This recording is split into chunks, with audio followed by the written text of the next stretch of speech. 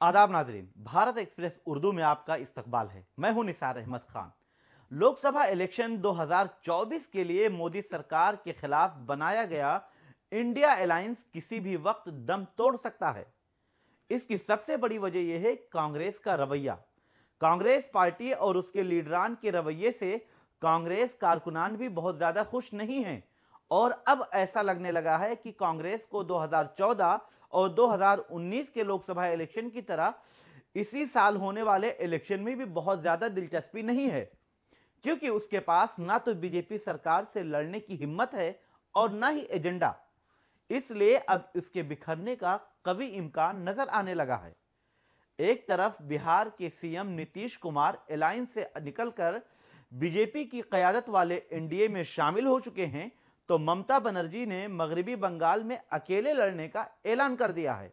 दोनों रियासतों में अलायंस टूटने की जिम्मेदारी कांग्रेस के सर ही डाली गई है। वही मामला अब यूपी में भी होता हुआ नजर आ रहा है। कांग्रेस और समाजवादी पार्टी के दरमियान सीट शेयरिंग के लिए हुई कई दौर की मीटिंग के बाद भी कांग्रेस की तरफ से कोई ऐलान नहीं किया गया है, जिसके बाद समाजवादी पार्टी ने सीट शेयरिंग का ऐलान खुद ही कर दिया। पार्टी के मुखिया यानी सरबराह अखिलेश यादव ने कांग्रेस को 11 सीटें दिए जाने और उससे पहले आरएलडी को 7 सीटें देने का ऐलान करके इंडिया और पीडीए फार्मूले के जरिए बीजेपी को हराने का दावा किया। अखिलेश यादव ने इससे एक कदम आगे बढ़ते हुए अपने 16 उम्मीदवारों की पहली लिस्ट भी जारी कर दी। अखिलेश यादव के जरिए जारी की गई लिस्ट आने के बाद उसे मास्टर स्ट्रोक के तौर पर देखा गया और सोशल मीडिया पर भी उनकी तारीफ हुई कि वो बीजेपी के खिलाफ मजबूत हिकमत अमली के साथ मैदान में उतरना चाहते हैं, जिसका उन्होंने सबूत भी पेश कर दिया है। लेकिन अब कांग्रेस पार्टी के सीनियर लीडरान के बयानों से अलायंस खटाई में पड़ता हुआ नजर आ रहा है। ऐसा लगता है कि ये कभी भी दम तोड़ देगा। समाजवादी पार्टी के मास्टर स्ट्रोक को कांग्रेस के लीडरान हजम नहीं कर पा रहे हैं। कहा जा रहा है कि अखिलेश यादव के फैसले को कांग्रेस न उगल पा रही है और न ही निगल पा रही है। वो काफी पसोपेश में है, क्योंकि अगर अलायंस से कांग्रेस अलग होगी तो उसका जिम्मेदार कांग्रेस को ही माना जाएगा और अगर कांग्रेस इसे तस्लीम भी कर ले तो ये अखिलेश यादव के दबाव का ही नतीजा होगा। इसी वजह से कांग्रेस ने अब अकेले इलेक्शन लड़ने की तरफ कदम बढ़ाना शुरू कर दिया है और उसकी तैयारी शुरू हो गई है। रियासती सदर अजय राय और इंचार्ज अविनाश पांडे ने यूपी रियासती दफ्तर में मीटिंग की और कारकुनान को समाजवादी पार्टी के दबाव में न आने की नसीहत तक दे दी है। अविनाश पांडे ने पार्टी कारकुनान के दरमियान कहा कि समाजवादी पार्टी ने गठबंधन यानी अलायंस का धर्म नहीं निभाया है और अलायंस के जवाबित पर अमल भी नहीं किया है। समाजवादी पार्टी ने 16 सीटों पर लोकसभा उम्मीदवारों का ऐलान करके गठबंधन यानी इत्तेहाद के उसूलों पर अमल नहीं किया। फिर भी हम सभी बातों पर गौर खोज करने और मुस्बत नजरिए से आगे बढ़ने के लिए तैयार हैं। अविनाश पांडे ने कहा कि वो उम्मीद करते हैं कि समाजवादी पार्टी के साथ तमाम चीज आने वाले वक्त में ठीक हो जाएगी।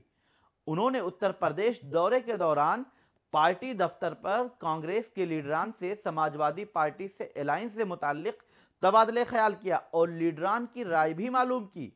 अविनाश पांडे ने कांग्रेस की तरफ से सभी सीटों के लिए बनाए गए ऑब्जर्वर से मुमकिना उम्मीदवारों के नाम भी मांगे हैं। इस अहम मीटिंग के बाद यूपी में कांग्रेस पार्टी के अकेले लड़ने की कयासाराइयां भी होने लगी हैं।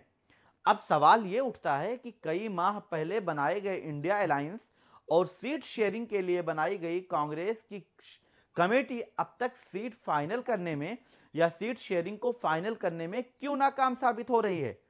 क्या कांग्रेस 3 माह से भी कम वक्त अपने उम्मीदवारों के लिए नहीं देना चाहती है? अगर ऐसा है तो आखिर इसके पीछे की हिकमत अमली क्या है और क्या तैयारी हो सकती है?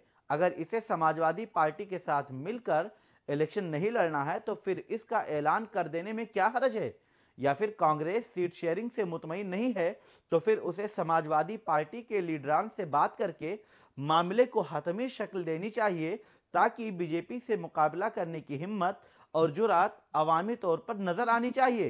वरना साल 2014 और 2019 के लोकसभा इलेक्शन की तरह हालिया इलेक्शन में कोई तब्दीली आने का इम्कान बहुत कम है और मोदी सरकार को हैट्रिक लगाने से रोकना तो दूर, एकतरफा जीत से भी कोई नहीं रोक सकता है।